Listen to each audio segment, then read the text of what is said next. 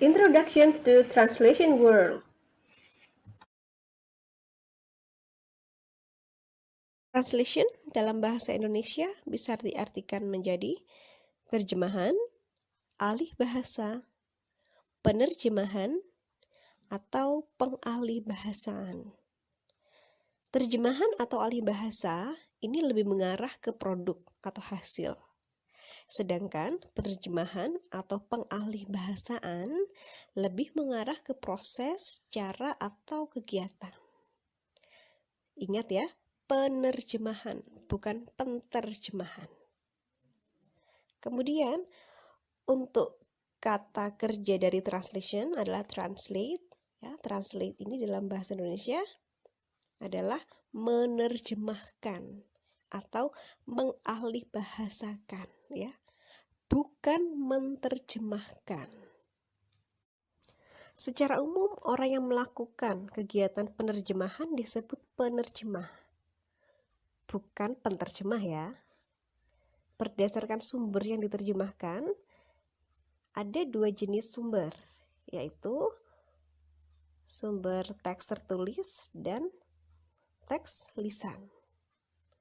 Teks tertulis atau written text, teks lisan atau oral or spoken text. Bahasa yang digunakan dalam teks asli biasa disebut bahasa sumber atau source language. Umumnya disingkat dengan SL. Sedangkan bahasa yang digunakan dalam teks hasil terjemahan disebut bahasa sasaran atau target language atau TL. Biasanya disebut gitu. Orang yang menerjemahkan teks lisan disebut juru bahasa atau interpreter. Kegiatan dari juru bahasa ini disebut penjuru bahasaan atau interpreting. Sedangkan orang yang menerjemahkan teks tertulis disebut penerjemah atau translator.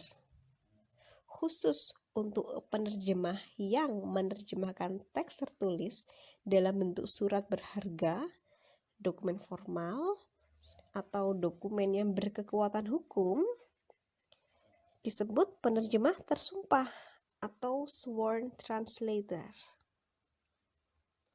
Contoh dari dokumen formal, dokumen berkekuatan hukum, atau surat berharga yang biasa diterjemahkan oleh penerjemah tersumpah adalah KTP, akta kelahiran, buku nikah, akte notaris, surat perjanjian, dan lain-lain.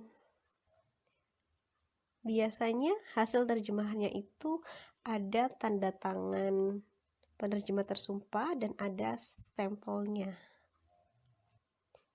Seseorang yang disebut penerjemah tersumpah memiliki pengesahan dengan SK Gubernur DKI Jakarta. Mengapa SK Gubernur DKI Jakarta? Karena penyelenggara dari tes penerjemah tersumpah ini adalah Pemkot DKI Jakarta bekerja sama dengan Universitas Indonesia. Namun sejak tahun 2010 kerjasama antara Pemkot DKI dan Universitas Indonesia tadi itu sudah berakhir, sehingga Himpunan Penerjemah Indonesia mengadakan tes sertifikasi nasional bagi penerjemah dan juru bahasa, sehingga penerjemah dan juru bahasa yang telah lolos tes sertifikasi nasional disebut penerjemah tersertifikasi atau certified translator, dan juru bahasa tersertifikasi atau certified interpreter. Berdasarkan lamanya jam kerja, penerjemah dibedakan menjadi dua, yaitu penerjemah purna waktu atau full-time translator dan penerjemah paruh waktu atau part-time translator. Full-time translator ini biasanya bekerja minimal 8 jam per hari di jam kerja. Ya. Jadi pekerjaan utamanya sebagai penerjemah. Sedangkan untuk part-time translator biasanya bekerja kurang dari 8 jam dan bekerjanya tidak setiap hari Dan pekerjaan sebagai penerjemah ini adalah pekerjaan sampingan, ya. Jadi misalnya seseorang pekerjaan utamanya sebagai guru, sebagai dosen, sebagai karyawan, tapi di luar jam kerjanya dia memiliki pekerjaan sebagai penerjemah. Bisa saja, asal pekerjaannya ini dilakukan di luar jam kerja pekerjaan utamanya. Berdasarkan ikatan kerja, penerjemah dibedakan menjadi dua. Ada penerjemah karyawan atau in-house translator dan penerjemah lepas atau freelance translator. In-house translator ini adalah penerjemah yang setiap hari dia menerjemahkan di kantor penerjemahan atau kantor pemerintah atau perusahaan di mana dia bertugas sebagai penerjemah. Sedangkan untuk freelance translator, ya dia tidak terikat dengan siapapun atau apapun, jadi dia bekerja dengan mencari job atas nama dirinya sendiri. Sedangkan juru bahasa umumnya freelance, jarang sekali diketahui ada in-house. Biasanya seorang juru bahasa juga seorang penerjemah jika tidak ada kegiatan penjuru bahasaan. Ingat ya, juru bahasa berbeda dengan juru bicara. Berdasarkan cara menerjemahkan teks lisan, juru bahasa dibedakan menjadi dua, yaitu juru bahasa simultan atau simultaneous interpreter dan juru bahasa konsekutif atau consecutive interpreter. Disebut juru bahasa simultan karena juru bahasa ini menerjemahkan bahasa sumber ke bahasa sasaran secara bersamaan atau real time dengan pembicara atau sumber teks lisan yang sedang berbicara atau menyampaikan pesan. Juru bahasa simultan ini biasa kita temui di sidang umum PBB atau konferensi internasional yang dihadiri oleh orang-orang dari berbagai negara. Sedangkan juru bahasa konsekutif menerjemahkan bahasa sumber ke bahasa sasaran secara bertahap. Juru bahasa ini menerjemahkan sesaat setelah pembicara atau sumber teks lisan selesai menyampaikan pesan, sehingga dia memiliki waktu untuk mencatat, mendengarkan dengan seksama, atau mempersiapkan terjemahan selama penjuru bahasaan. Juru bahasa konsekutif ini biasa kita temukan di acara, talk show, atau bincang-bincang di televisi atau radio.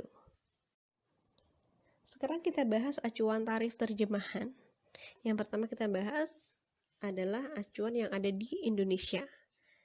Di Indonesia sudah ada Peraturan Menteri Keuangan atau biasa disebut PMK ya, nomor 78/PMK.02 tahun 2019 tentang perubahan standar biaya masukan tahun anggaran 2020 yang mengatur satuan biaya penerjemahan dan pengetikan.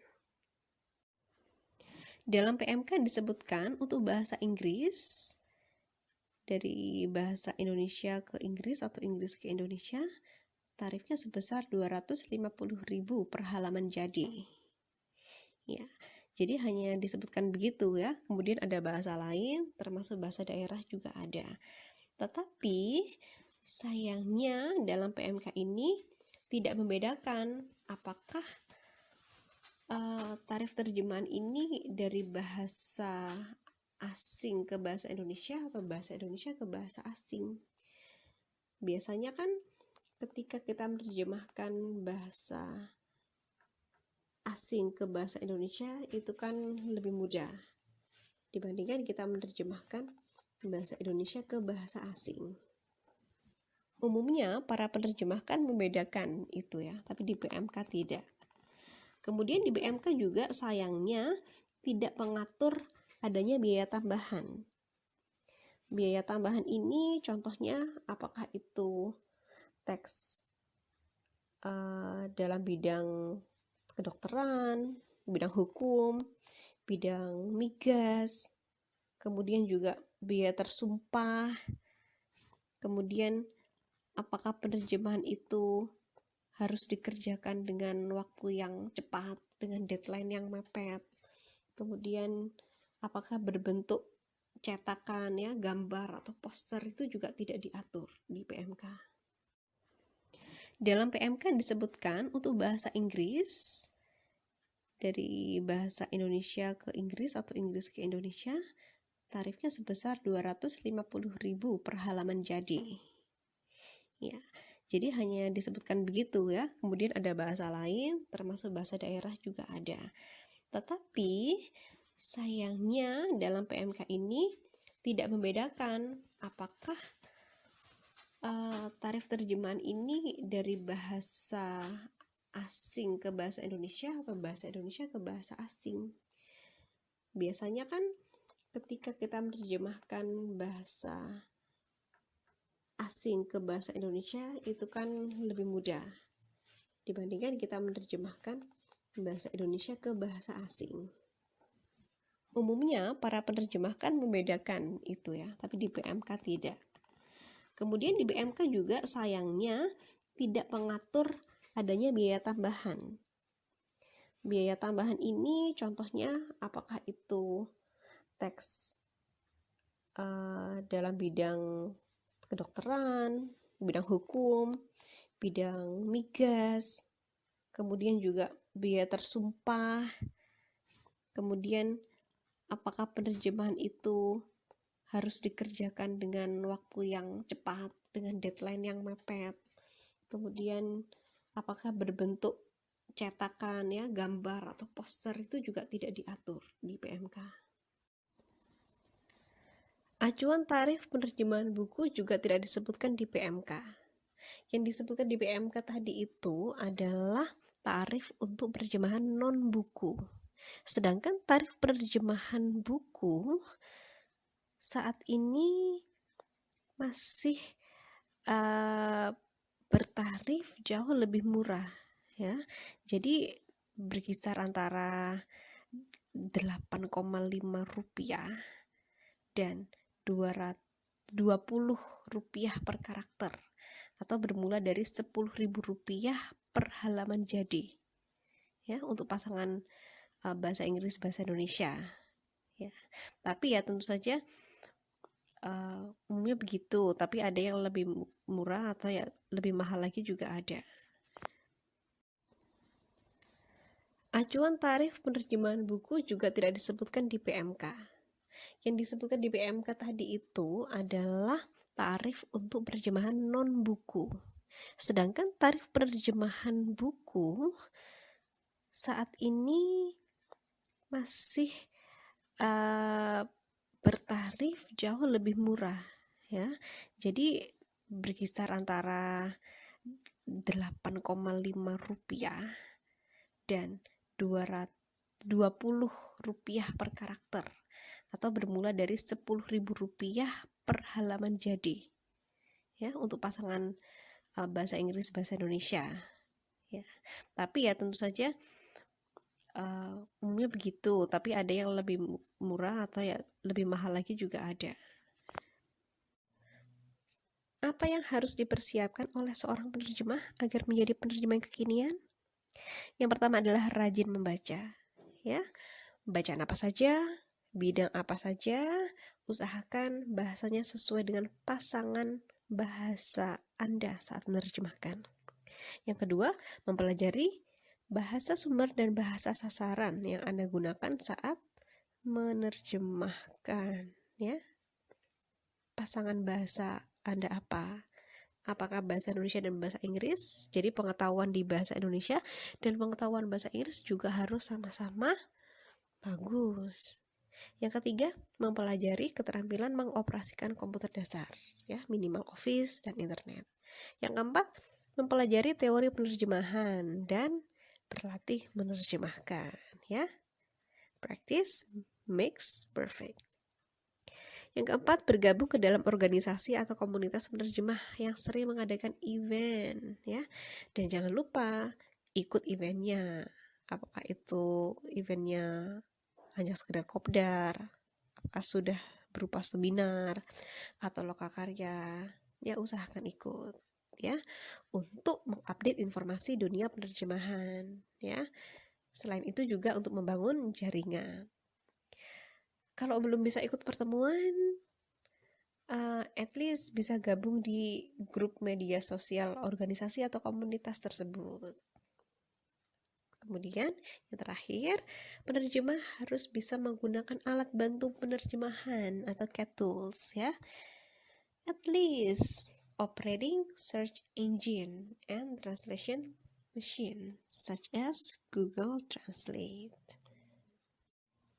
Nah, di slide ke-13 ini adalah contoh bagaimana bergabung di HPI ya. Jadi di HPI atau Himpunan Penerjemah Indonesia ada 3 jenis keanggotaan ya. Ada anggota muda, anggota penuh, dan anggota kehormatan. Jika menjadi anggota muda nanti kartunya warnanya kuning. Dan siapa itu anggota muda? Anggota muda adalah mereka yang berminat menjadi penerjemah dan belum berpengalaman serta memenuhi persyaratan yang ditetapkan dalam anggaran rumah tangga ya. Nanti bisa diklik di lamannya HPI. Kemudian untuk anggota penuh ini adalah WNI yang memenuhi persyaratan sebagaimana ditetapkan dalam anggaran rumah tangga juga. Jadi kartunya warnanya silver ya. Jadi ketika menjadi anggota muda itu disarankan 2 atau 3 tahun kemudian setelah mendaftar itu bisa menjadi anggota penuh ya. Contohnya kalau saya dulu apply sebagai anggota mudanya itu tahun 2014 ya. Jadi baru bisa menjadi anggota penuh itu baru sempat ngurus sih tahun 2018. Apa sih manfaatnya kalau sudah menjadi anggota HPI? Ada beberapa manfaat umum ya yang bisa didapatkan. Yang pertama, Anda menjadi bagian dari sebuah komunitas profesional yang saling membantu. Kemudian Anda juga berkesempatan untuk membangun jaringan dengan rekan-rekan seprofesi, penerjemah atau interpreter. Ya. Kemudian juga mendapatkan informasi dan peluang kerja terkait penerjemahan. Dan juga berkesempatan ikut serta dalam berbagai event. Tentu saja jika eventnya itu berbayar, Anda mendapatkan potongan harga, bahkan bisa gratis. Itu untuk secara umum ya. Nanti untuk yang khususnya bisa Anda baca di halaman 14 ini, maksudnya di slide 14 ini. Oke, syaratnya apa saja agar bisa menjadi anggota HPI? Oke, untuk menjadi anggota muda tidak ada persyaratan khusus ya. Cukup mendaftar dengan mengisi formulir keanggotaan dan nanti ada membayar biaya keanggotaannya berapa. Kemudian untuk menjadi anggota penuh ini yang syaratnya agak banyak ya. Jadi pilih salah satu ya. Yang pertama, apakah Anda pernah menerjemahkan buku yang karya terjemahannya diterbitkan oleh penerbit yang sudah terdaftar dalam IKAPI atau melampirkan contoh penerjemahan beserta teks sumbernya dengan jumlah terjemahan sebanyak 150.000 karakter ya, sekitar 100 halaman, atau telah dikukuhkan sebagai penerjemah tersumpah ya. Tentu saja harus dibuktikan dengan SK. Atau Anda melampirkan surat keterangan kerja dari perusahaan yang menjelaskan bahwa Anda telah bekerja selama minimal 1 tahun sebagai penerjemah atau di jabatan yang berhubungan dengan tugas penerjemahan ya. Pilih satu saja dari 4 syarat itu tadi ya. Kemudian yang terakhir ya, melampirkan surat rujukan atau referensi dari 3 klien yang pernah menggunakan jasa Anda sebagai penerjemah ya. 3 orang harus yang berbeda ya, menyantumkan nama, alamat, nomor telepon yang bisa dihubungi. Kalau saya sih ketika mendaftar sebagai anggota penuh pakai yang syarat nomor 2 ya, melampirkan sekitar 100 halaman 100 halaman kali 2. Kemudian jika ingin menjadi anggota penuh juru bahasa ya, Anda harus melampirkan surat rujukan atau referensi dari 3 klien yang berbeda ya. Tentu saja harus mencantumkan nama, alamat, dan nomor telepon yang bisa dihubungi, yang menunjukkan bahwa Anda telah bertugas sebagai juru bahasa dengan jam kerja minimal 40 jam totalnya.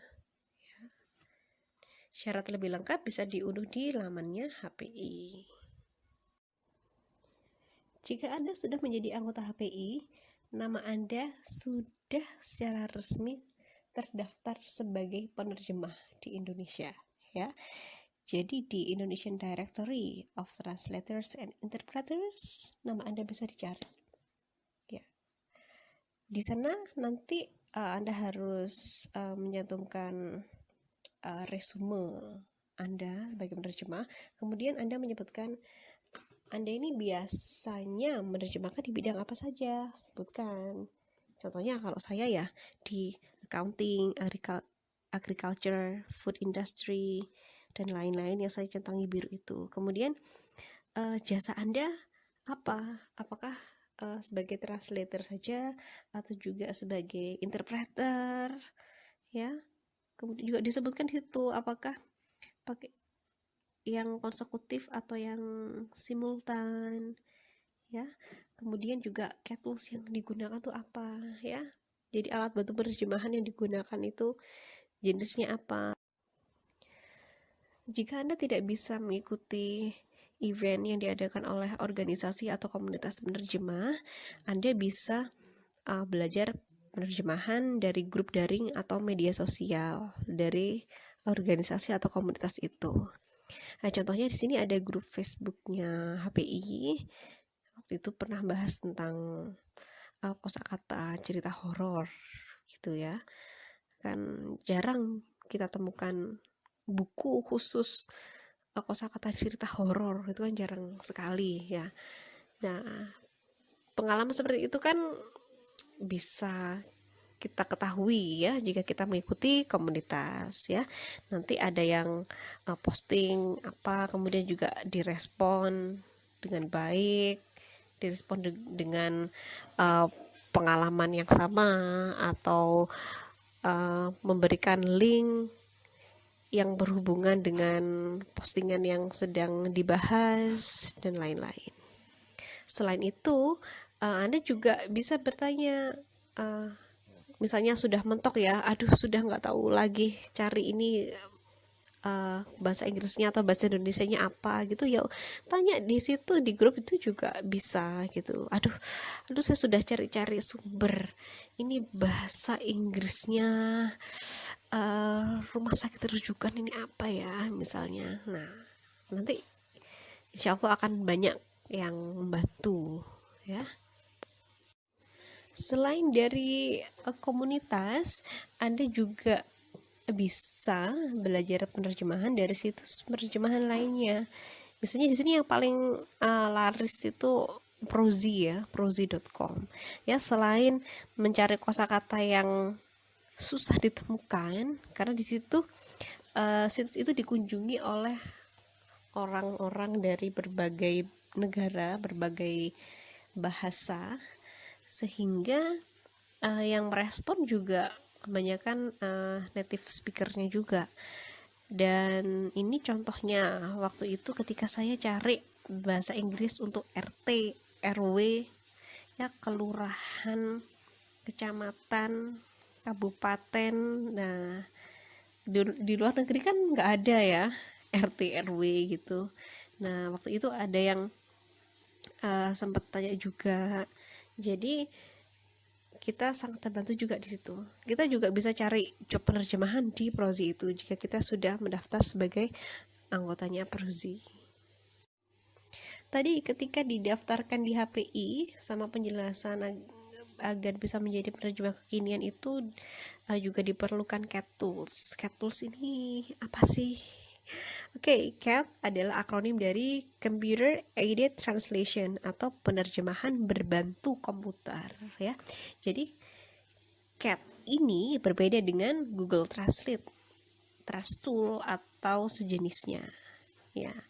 CAT tools merupakan alat bantu ya, bukan perangkat yang langsung menerjemahkan teks dari satu bahasa ke bahasa lain ya, bukan.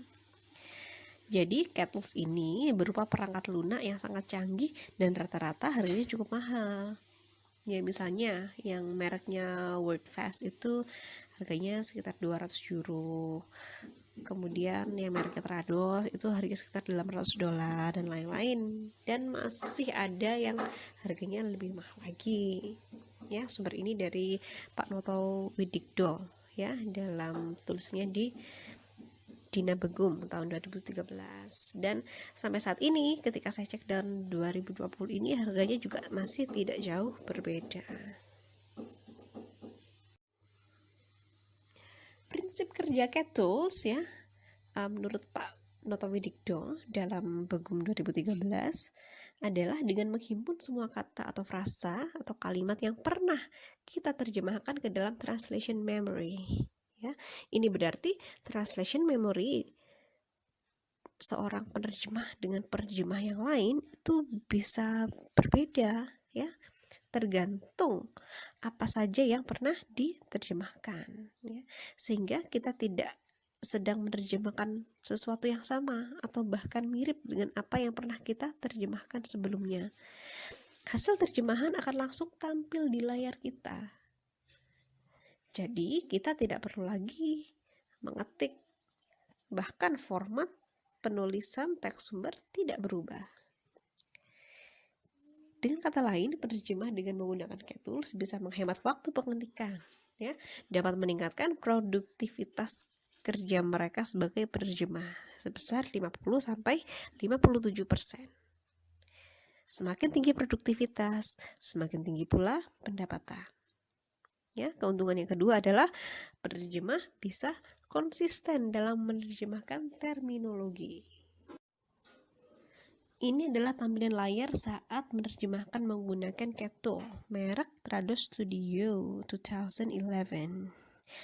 Di situ terlihat di sebelah kiri itu teks bahasa sumbernya dan di sebelah kanan ada teks bahasa sasaran. Di atasnya itu translation memorinya bekerja. Apakah pertanyaan-pertanyaan ini muncul dalam pikiran Anda? Pertanyaan-pertanyaan tadi bisa dijawab dengan slide halaman 22 ini. Jadi, kita sebagai penerjemah tetap bisa menerjemahkan walaupun dengan perangkat yang minimalis. Caranya seperti ini. Yang pertama, Anda buka file teks SL Anda, kemudian Anda buka file baru yang kosong ya dengan jenis file yang sama dengan teks SL. Misalnya kalau Word ya sama dengan Word, ketika PowerPoint ya sama dengan PowerPoint.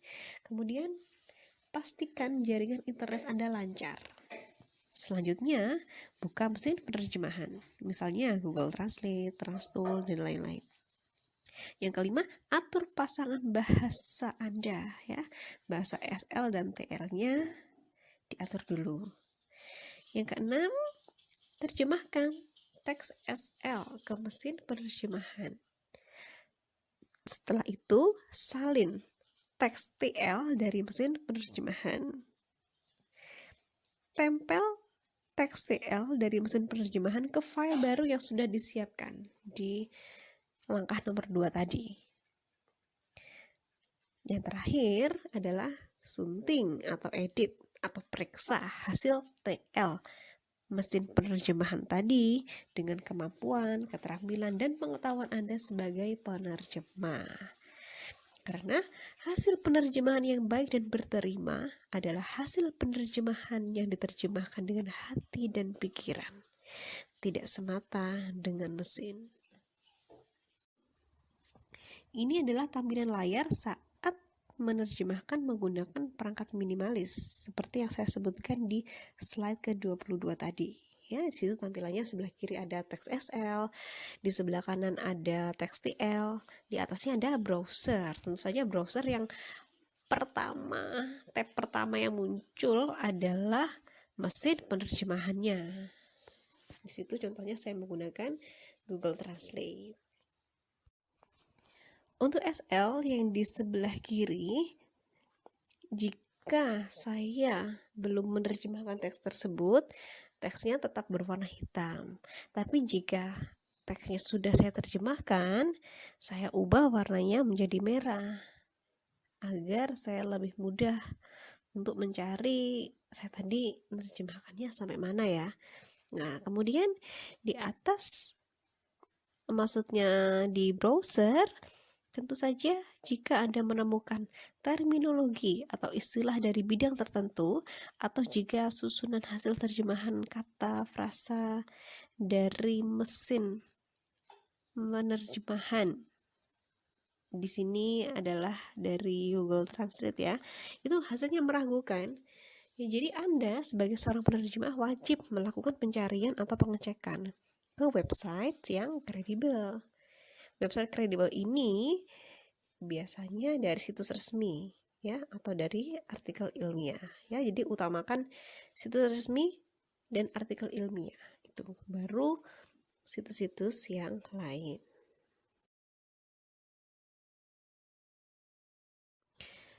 Demikian materi yang saya sampaikan untuk pertemuan kedua mata kuliah translation. Semoga Introduction to Translation World ini dapat bermanfaat, dapat menambah informasi dan wawasan Anda mengenai dunia penerjemahan, dan saya harap Anda tetap bersemangat untuk belajar dan berlatih menerjemahkan dalam mata kuliah translation ini pada umumnya. Dan pada khususnya, siapa tahu Anda nanti tertarik menjadi seorang penerjemah dan Anda bisa memulainya dari sekarang. See you next week. Jangan lupa tugasnya dikerjakan ya dan dikumpulkan tepat waktu. See you.